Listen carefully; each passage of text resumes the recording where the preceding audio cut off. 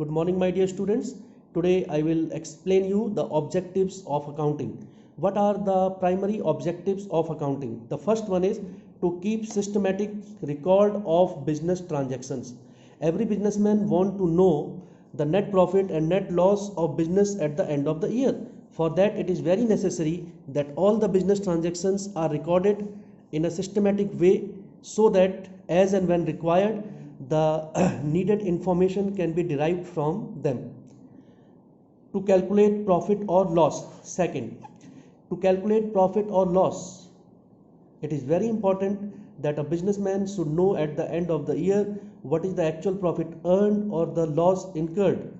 Also, he has to know about various things like how much was the purchase during the year, how much sales was done, how much we spent on our salaries, how much was the remuneration paid to our workers, what was the cost of production. All these things help him to know and ascertain net profit or loss, for which trading and profit and loss account is prepared at the end of the year. Number third, to know the exact reason leading to net profit or loss. Once we know that we have earned a profit, we have earned regular profits if we are earning, then there must be some solid reasons behind it, some positives which we can take out and continue with that, and we can make improvements on that. Similarly, if there are losses, we can find out the causes of loss and also we can minimize them. Number third, to ascertain the financial position of the business. To ascertain the financial position of the business, a firm need to know about its assets and liabilities.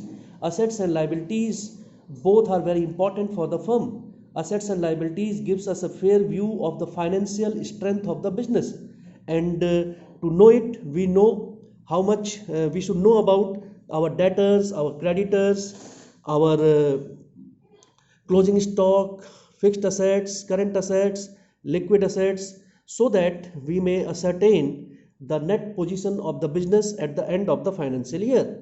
Number next is to ascertain the progress of the business from year to year. One of the main objective of a business is to also know about how much progress it has been doing or it has done in comparison to the previous year. Not only the previous year, but also with our competitors, how much we are lagging behind, or we are at par, or we are doing above the standard. If we are doing well, we have to make a record of it, we have to find the reasons behind it, we have to sort out the positives, and we have to see that we do progress each and every year. The next one is to prevent and detect errors and frauds. All the errors and frauds, if the systematic recording is done, can be detected very easily, and there will be no chances of anyone to manipulate our records. Manipulate means to make changes in the facts and figures and doing some sort of cheating or some biasness on part of our accountant or on part of other employees. So it can be detected, and it can be rectified also. Next is to provide information to various parties, those who are related to us directly or indirectly. Some internal users are there, some external users of our accounting information are there, those who are related to us. So we have to also see that our objective must be to provide them the accurate information about our business transactions, about our accounting.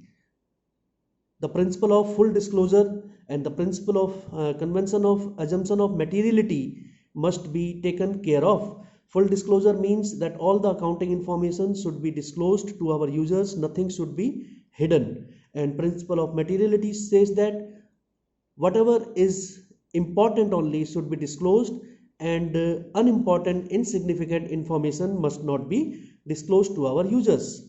These are the objectives of accounting.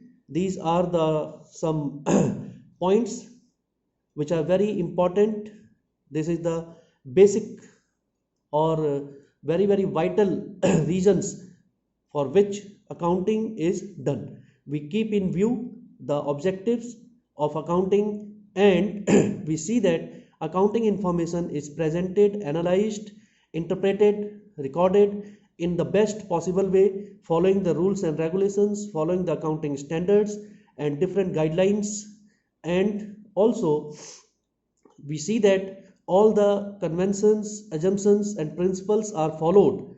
Therefore accounting is done in a best possible way to keep our business smooth going, and we can earn more and more profit in the coming years. Thank you. In the next class I will explain you the next topics.